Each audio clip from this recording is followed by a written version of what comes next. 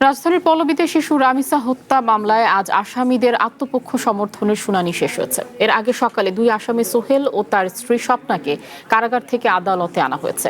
এ মামলায় আগামীকাল রাষ্ট্রপক্ষ আসামি পক্ষের যুক্তিতর্ক উপস্থাপন হবে। সকালে আত্মপক্ষ সমর্থনের সময় রামিসা ধর্ষণ ও হত্যার মামলায় ক্ষমা চাইল দুই আসামি। মঙ্গলবার ঢাকা মহানগর শিশু সহিংসতা দমন ট্রাইব্যুনালে বিচারক মাসরুর সালেকিনের আদালতে সাক্ষ্য গ্রহণ শেষ হয়। সাক্ষ্য দিয়েছেন রামিসার বাবা মা, স্বজন, প্রত্যক্ষদর্শী ও তদন্ত সংশ্লিষ্টরা।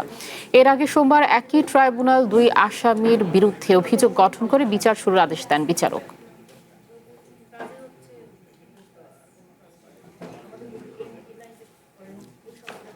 আজ রামিসা হত্যা ধর্ষণ মামলায় আসামিপক্ষের আত্মপক্ষ সমর্থনের শুনানি হয়েছে। বিষয় আরও জানাতে আদালতে আছেন সহকর্মী রকিবুল রাহাত। আমরা সরাসরি তার সাথে যুক্ত হব।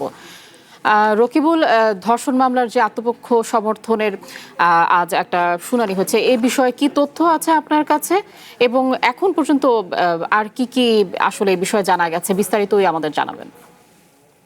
আয়শা, আজকে সকালেই রামিসা হত্যা মামলার দুই আসামি সোহেল রানা এবং তার স্ত্রী স্বপ্না খাতুনকে আদালতে নিয়ে আসা হয় এবং ঠিক 11টার সময় ঢাকা মহানগর শিশু সহিংসতা দমন ট্রাইব্যুনালে তাদেরকে হাজির করা হয় এবং শুনানি শুরু হয়। শুনানিতে মূলত বিচারক যিনি রয়েছেন তিনি গতকাল যে মোট 16 জন সাক্ষ্য দিয়েছেন এই মামলার, সেই সাক্ষীদের জবানবন্দি এবং যে সব মামলায় তাদেরকে এই আদালতে তোলা হয়েছে সেসব বিষয়ে তিনি পড়ে শোনান, অর্থাৎ সেসব সাক্ষ্যদের জানান নানান ঘটনা এবং সেসব বিশ্লেষণ তিনি আসামিদের শোনান এবং মোট যে 16 জন সাক্ষ্য তাদের সব জবানবন্দি শুনিয়ে জিজ্ঞেস করা হয় যে এই বিষয়ে দুই আসামি তারা কি বলবেন। সেক্ষেত্রে কিন্তু প্রথমে সোহেল রানা তিনি প্রথমে নিজেকে নির্দোষ দাবি করেন, কিন্তু পরবর্তীতে তিনি বলেন আমি দোষী, বিজ্ঞ আদালতের কাছে আমি ক্ষমা চাই।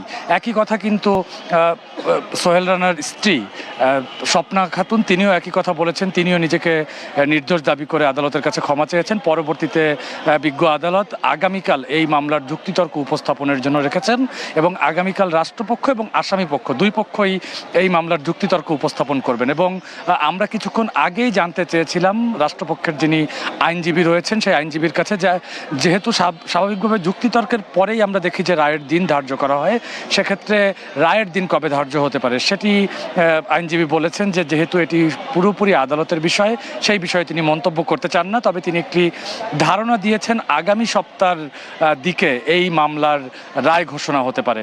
এছাড়া কিন্তু গতকাল এই মামলার অভিযোগ গঠনের পর গতকাল এই মামলার সাক্ষ্য গ্রহণ হয় এবং মোট সাক্ষ্য গ্রহণের 16 জন সাক্ষী দেয়।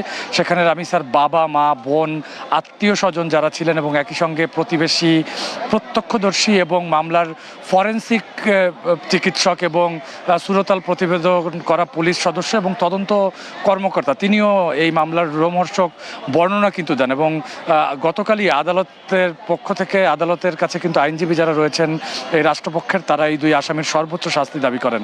আগামীকাল যেহেতু যুক্তিতর্ক উপস্থাপন হবে, তারপরে হয়তো বা জানা যাবে এই আলোচিত হত্যা মামলার রায় কবে ঘোষণা করা হচ্ছে। এই ছিল ঢাকা মহানগর দায়রা জজ থেকে আমার কাছে সব শেষ। আয়শা। রকিবুল, আপনাকে ধন্যবাদ।